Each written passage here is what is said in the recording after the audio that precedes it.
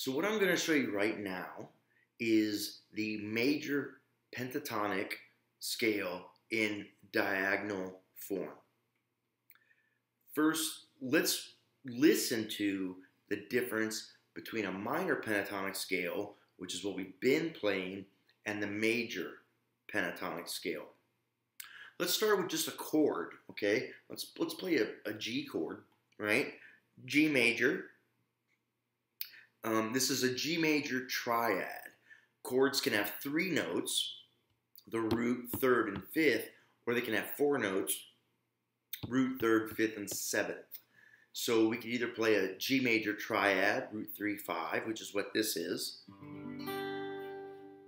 or we could play a G major 7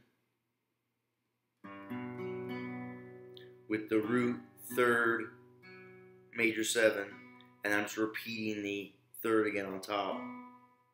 You could also play it this way, root, 5th, major 7th, 3rd. If you want to get the 5th in there, different voicings of the same chord.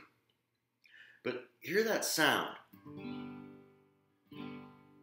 It's kind of happy. It's not sad, right? Now listen to a minor chord.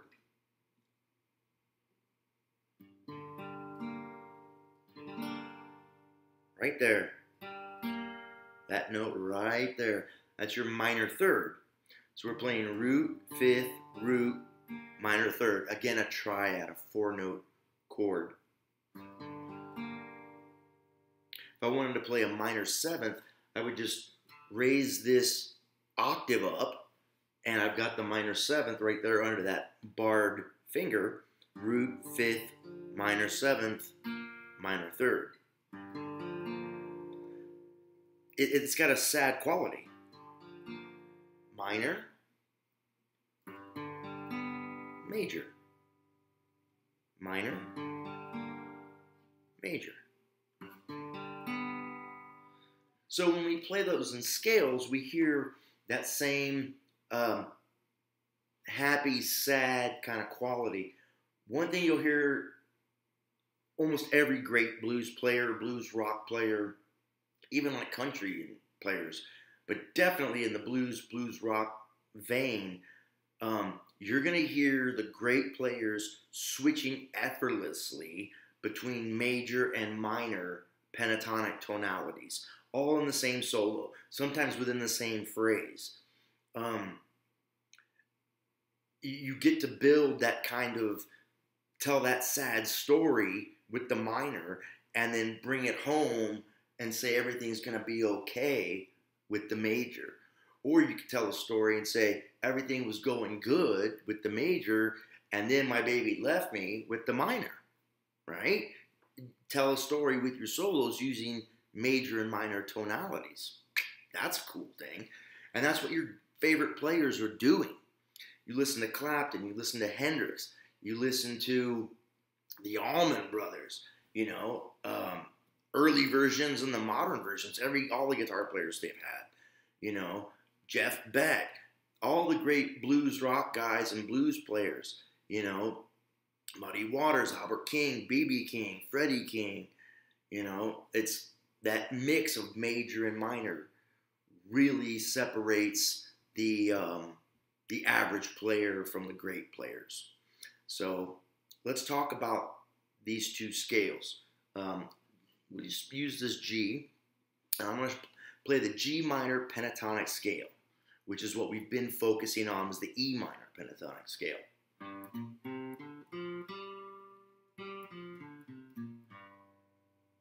Those 5 notes and the octave.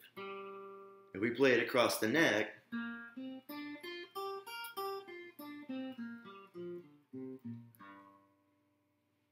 okay. Now the major, well, it's the notes that make that up and make it minor. It has a root, minor 3rd, perfect 4th, perfect 5th, minor 7th, and then the root again. So you've got both the minor 3rd and the minor 7th. Something I like to do kind of when I'm soloing or writing melodies is punctuate those 2 chord tones if I can. So I'll try to emphasize that 3rd and 7th.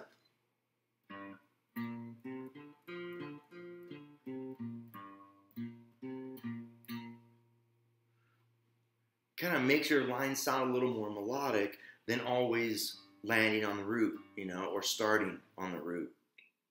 Anyway, moving on. That was the sound and shape of the minor pentatonic. Let's look at the major pentatonic. It's got a different set of notes. So starting on the same root, I'm going to play this major shape. This was a minor shape starting on the 1st finger, giving us a minor 3rd. This is a major shape starting on the 2nd finger, giving us this major 3rd. So we've got root, 2nd, major 3rd, 5th, major 6th, and back to the root. No 7th in that one. But we get the 6th, which is a pretty hip note. It's not a chord tone.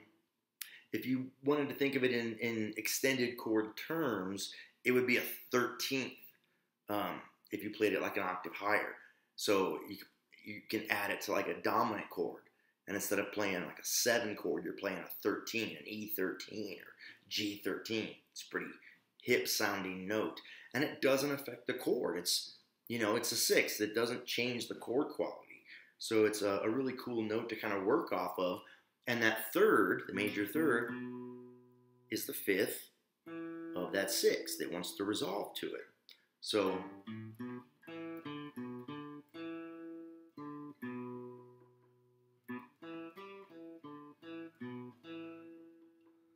kind of again, like working off the 3rd and the 7th, in the minor scale pattern, we're working off the 3rd and the 6th. Okay, so let's look at that diagonal scale. Now that we've listened to the minor and the major, let's look at the major pentatonic diagonally. We're going to play open E, and this is the exact same pattern, exactly the same as the minor scale diagonal that we did, the minor pentatonic diagonal. The only difference is the starting points. In the minor, we started on the 3rd scale tone, the minor 3rd, and we started on the minor 7th. This one, we're going to start on the root, the 1, and then we're going to start on the 5th. So all like the 3 kind of chord tones, 1, 3, 5, 7.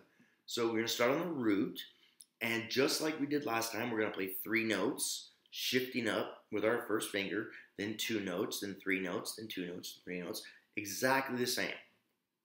Okay, so let me show you the fingerings. We're going to start with the root, open E, play the 2nd finger, and then the 1st finger, 2nd fret, and then 3rd finger, 4th fret. And that's our 3 notes. Then we're going to go 2 notes. Then we're going to go 3 notes, and we're going to slide. And then we're going to go up a string and play 2 notes. Then we're going to go up a string, and we have to go up a fret. That's the B string. And then 2 notes. And descending, just like last time, is different than ascending. We have to play 3, 1, 3, 1, shift down, use the 2nd finger, 2, shift down, 1, 3, 1, shift down, 1, 3, 1, 3, 1, open.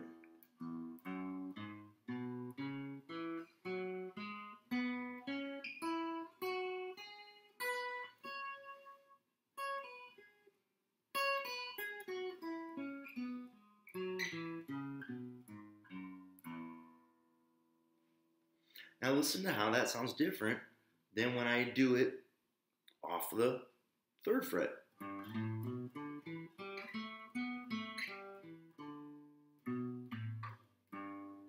Minor. Major. Minor. major. Okay, so the next one, first one begins on the root. The next one begins on the fifth. So we come up here to our fifth. Let me show you something real quick before I show you this pattern here. Why are these markers on the neck? Every guitar has fret markers.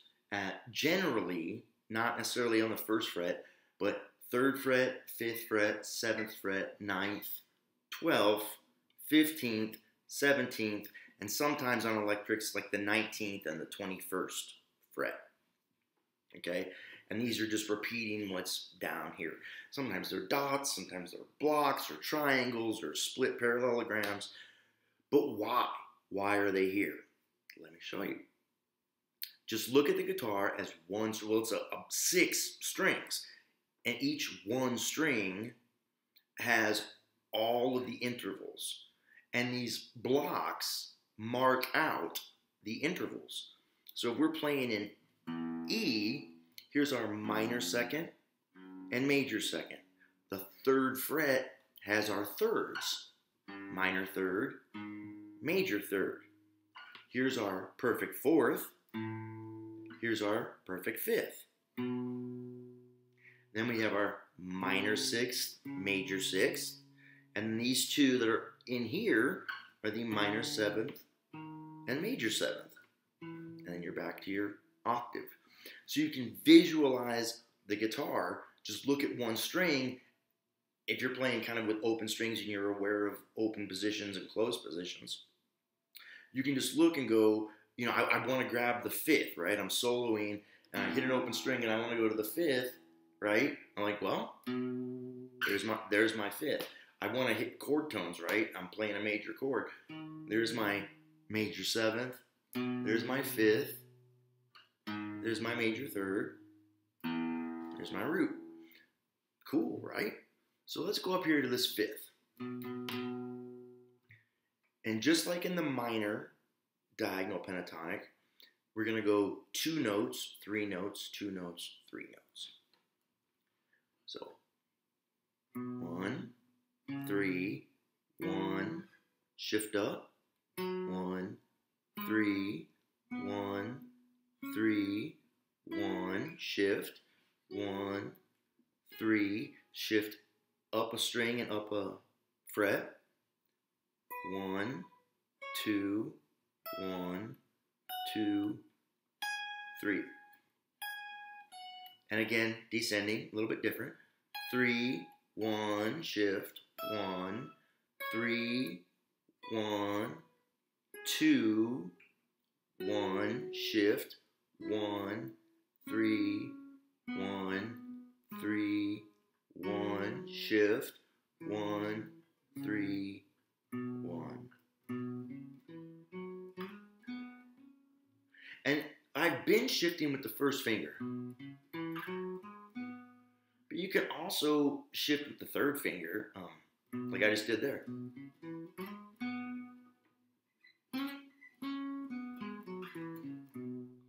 You know, I would learn it both ways. Start with doing it with the first finger so you have consistency and you learn the pattern.